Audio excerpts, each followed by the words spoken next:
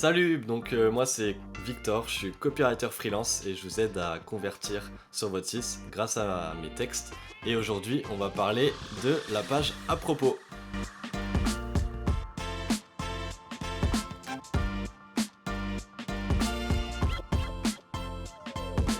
Déjà, la page à propos, faut savoir qu'avant, c'était une page qui était un peu négligée dans le sens où on mettait juste les informations principales.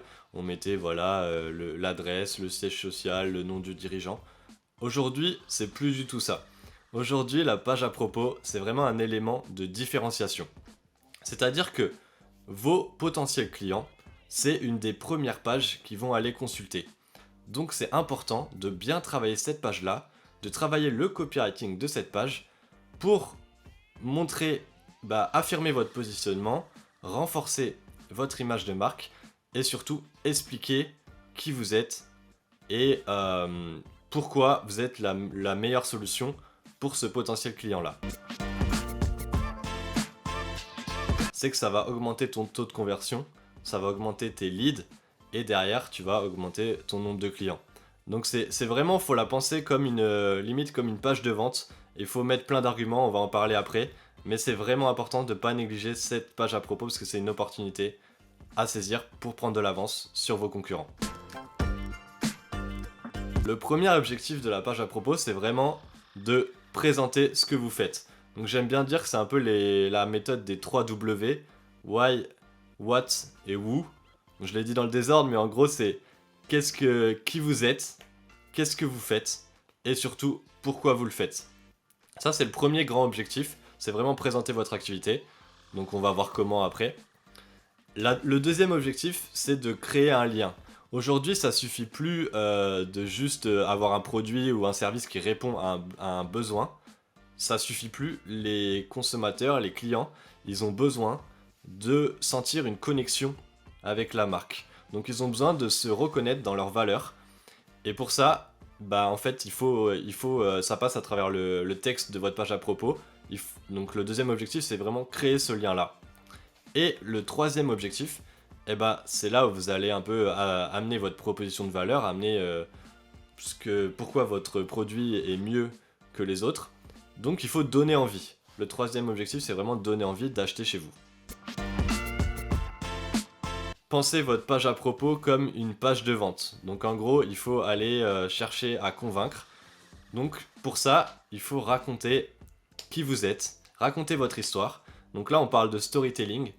Le storytelling, il y a des ingrédients qui sont un peu communs à n'importe quelle histoire. C'est aussi le cas pour des grands films, des grands blockbusters. Il faut qu'il y ait un personnage principal, il faut que ce personnage principal il ait une mission, il rencontre des péripéties sur sa route. Donc il y a vraiment cette histoire de combat, limite qu'il ait un ennemi. Donc tout ça, il faut raconter cette histoire. Donc après, vous avez le choix entre raconter l'histoire soit de l'entreprise, soit du fondateur ou de l'un des fondateurs. Mais voilà, il faut vraiment mettre du storytelling et surtout incarner vos valeurs. La deuxième chose qu'il faut penser dans la page à propos, c'est que c'est des potentiels clients, donc il faut quand même les convaincre. Donc là, il y a un truc qui est important à mettre, et on le retrouve aussi dans les pages de vente, c'est la preuve sociale. Donc la preuve sociale, c'est quoi? Ça va être mettre des choses en avant, par exemple des avis, par exemple des témoignages, encore mieux si c'est des témoignages vidéo, pour convaincre et montrer que vous avez une autorité sur ce domaine-là. Ensuite, sur la page à propos, il faut vraiment derrière faire un appel à l'action. À la fin, il faut faire un appel à l'action. Il ne faut pas les laisser comme ça une fois qu'on a expliqué qui on était, une fois qu'on a raconté son histoire, une fois qu'on a expliqué quelles valeurs on défendait, etc. Il faut faire un appel à l'action. Donc un appel à l'action, ça peut être, par exemple, télécharger notre lead magnet, si vous en avez un. Ça peut être s'inscrire à notre newsletter, ou ça peut tout simplement renvoyer sur l'une des pages de votre site, au hasard la page qui présente vos services ou vos offres. C'est une bonne question. Avant de démarrer sa page à propos, il faut avoir un minimum d'informations. Déjà, si vous n'avez pas fait un minimum de travail marketing sur votre persona, donc votre persona c'est votre client idéal, il faut il faut savoir qui il est, quelle c'est votre cible en fait. Il faut comprendre votre cible, savoir quel est son problème principal, savoir un peu ses frustrations et ses doutes. Donc ça c'est la première chose. Il faut vraiment avoir fait ce travail-là parce que sinon en fait c'est de la logique. C'est compliqué d'écrire pour quelqu'un qu'on connaît pas ou on sait pas vraiment qui c'est. On va pas réussir à trouver les bons mots qui vont l'impacter. Donc c'est la première chose, il faut connaître son persona. Ensuite, la deuxième chose vraiment importante, c'est un peu les deux prérequis avant de créer sa page à propos, c'est que il faut savoir un peu sa ligne éditoriale. Donc sa ligne éditoriale, en fait, c'est les différents choix qui vont impacter comment vous allez prendre la parole au nom de votre marque. Donc ça peut être des éléments récurrents de langage, ça peut être le ton, est-ce que vous allez être plus en mode professionnel, en mode friendly. Tous ces éléments-là, il faut les déterminer avant pour que ce soit en accord avec ce que vous voulez dire. Alors, déjà, le moyen le plus simple, c'est de faire appel à un copywriter. Euh, mais si on veut le faire soi-même, il faut vraiment, je pense, déjà se questionner un peu sur qui on est vraiment. Parce que la page à propos, faut pas l'écrire comme un robot. C'est un humain qui parle à un autre humain, donc il faut humaniser sa page. Donc il faut se questionner sur son why interne, donc vraiment quel est son combat et qu'est-ce qu'on veut défendre. Donc ça passe par une première phase d'introspection. Et après, il faut expliquer plus en détail sa solution, sa proposition de valeur. Donc là, ça dépend du produit ou du service, mais l'argumentaire est adapté en fonction. Et après, il faut respecter les étapes que j'ai dit avant, donc la preuve sociale, l'appel à l'action. Mais avant tout ça, il faut déjà renforcer la confiance en racontant son histoire. Alors, pour la cerise sur le gâteau, il y a plusieurs trucs si tu veux faire un peu le kilomètre supplémentaire et vraiment faire une page à propos qui est dans le top des 10%. Déjà, conseil de base, mais tout le monde ne le fait pas, il faut mettre une photo. Voilà, c'est comme je disais, c'est des humains qui parlent à des humains, donc il faut montrer son visage avec une photo de l'équipe, des fondateurs. Plus il y a enfin, en tout cas, plus on comprend qui il y a derrière, mieux c'est. Ensuite, là, c'est une autre astuce un peu de copywriter, mais il y a un procédé en copywriting qui s'appelle la mécanisation. Et en fait, on va expliquer vraiment le mécanisme qui se cache derrière. Donc, par exemple, ça, c'est plutôt si vous avez une solution, je sais pas si vous avez un produit un peu complexe ou quoi, vous allez expliquer vraiment comment ça se passe, les différentes étapes que vous apportez dans votre solution. Ça, c'est un côté très rassurant. Et ça, personne ne le fait dans sa page à propos, mais en fait, ça contribue vraiment à convaincre le lecteur.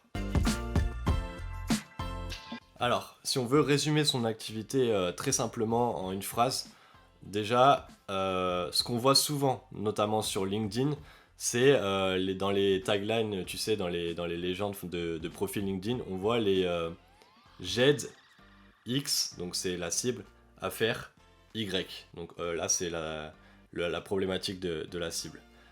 Moi, je pense que on peut déjà partir sur cette base-là. Il y a un truc qui s'appelle le modèle du héros.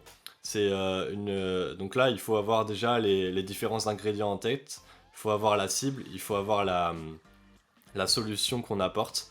Et il faut avoir comment va se sentir notre client cible une fois qu'on aura réglé sa solution. Donc en fait, pour être clair, si on devait donner le modèle, le template, c'est j'aide X, donc votre cible, à faire Y, donc la solution le problème de votre cible, grâce à votre solution. Donc là, vous insérez votre solution. Et là, c'est le trésor au bout de l'aventure, quoi. C'est pour, en gros, là, vous insérez comment il va se sentir une fois que vous avez réglé cette solution-là. Donc ça, c'est le modèle du héros.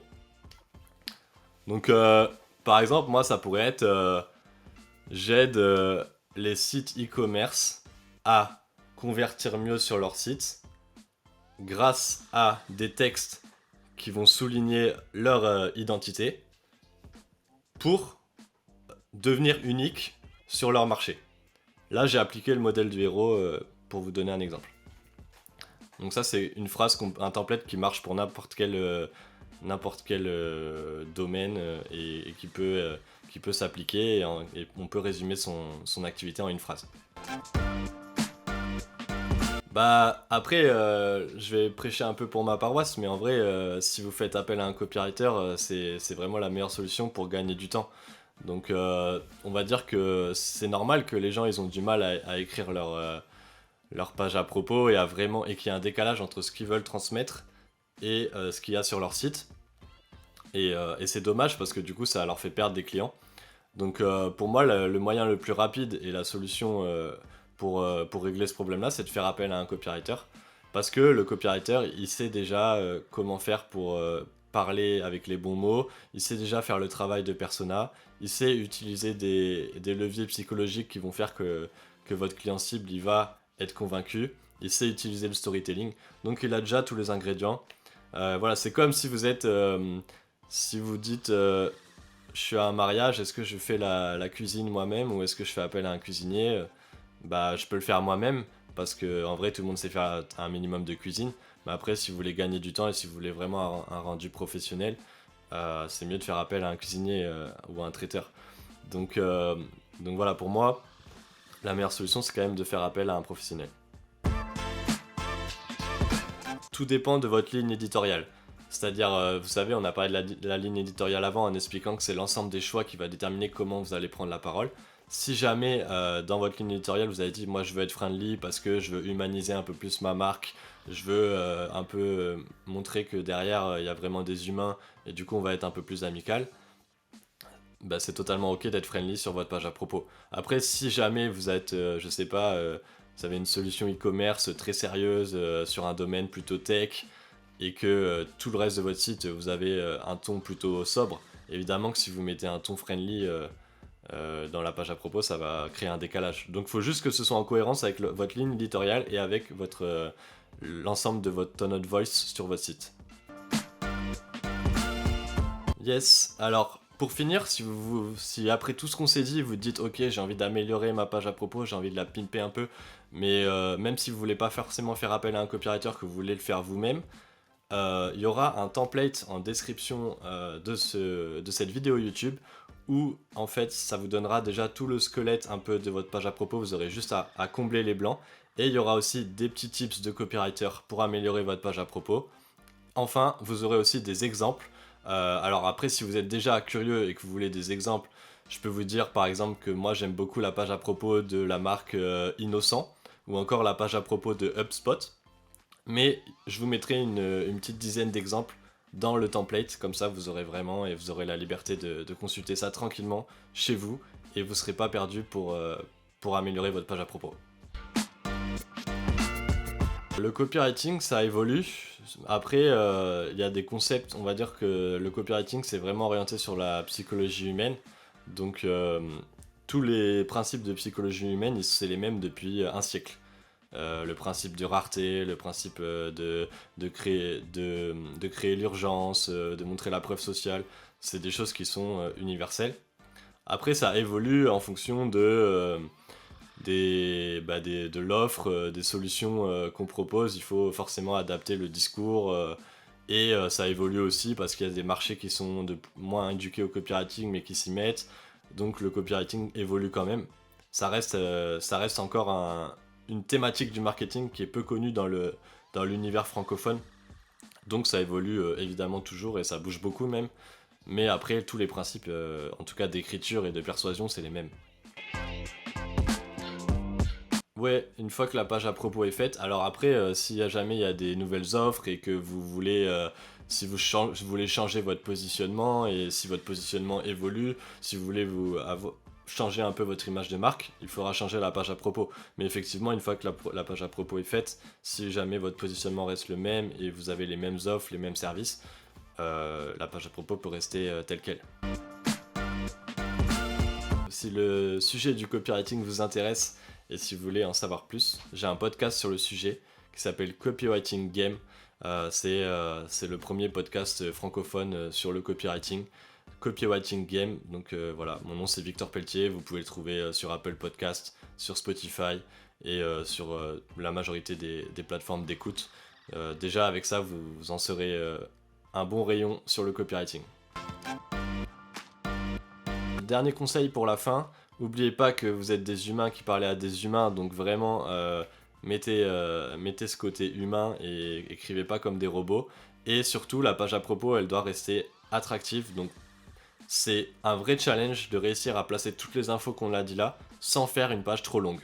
Parce qu'il faut pas que ce soit trop long, faut pas que ce soit barbant. Ou alors faut que ce soit vraiment bien avec un bon copywriting quoi. Donc faites attention à pas faire une page trop longue. En fait, tout dépend du copywriting. Si c'est vraiment le lecteur reste accroché jusqu'à la fin, même si la page elle est longue, ça le fait.